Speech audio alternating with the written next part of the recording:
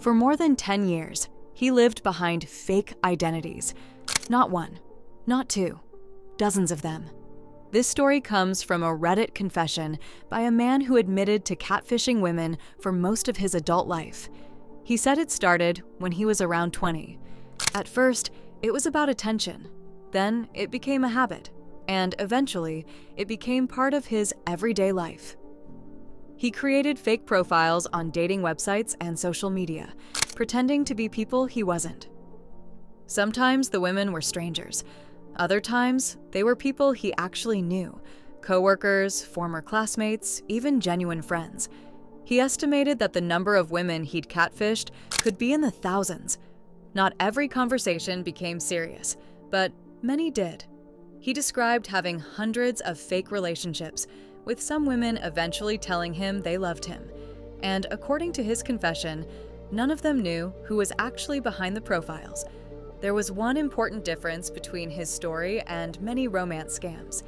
He said he wasn't doing it for money. He wasn't asking these women to send him thousands of dollars. He was doing it for attention and sexual gratification. And he became particularly comfortable targeting single mothers because, in his words, he found them easier to manipulate. For years, there were apparently no consequences. No one discovered the truth. No one confronted him. He simply moved from one fake relationship to another. At the time he made his confession, he said he was married, and he was still maintaining 5 separate fake relationships with other women while talking to several more on the side. Then something happened that completely changed the way he looked at everything. His wife gave birth to twins, 2 daughters, and suddenly, the women he'd been deceiving for years weren't just usernames and profile pictures anymore. He started imagining someone doing the exact same thing to his own daughters. And for the first time, he didn't like what he saw. He wrote that he felt disgusted with himself and wanted to stop. But there was a problem. He couldn't bring himself to tell the women who he really was. He didn't want to expose his identity, even though he knew the relationships themselves had been built on a lie. So he faced a choice: disappear like he had done with everyone else. Or at least give the women he was currently talking to some kind of closure. Eventually, he decided to end the relationships. He said 2 of the women were still begging him not to leave, and he planned to send them final messages before blocking them. But then, his confession raised another question. What should happen to everything he'd collected? Over the years, he had saved almost 20 gigabytes of photos, videos, and screenshots from these women.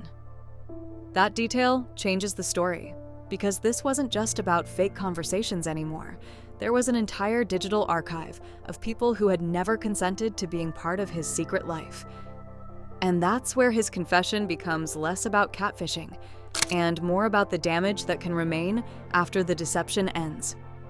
A fake relationship can disappear with the click of a button.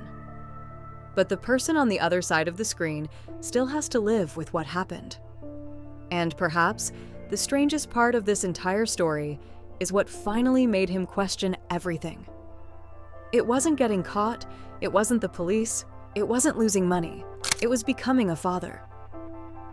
For 10 years, he had been asking other people to trust someone who didn't exist. Then, suddenly, he had 2 daughters of his own. And he had to confront a question he'd apparently never asked himself before. What if someone did this to them? That question didn't erase what he'd done, but it finally made him understand what it looked like from the other side.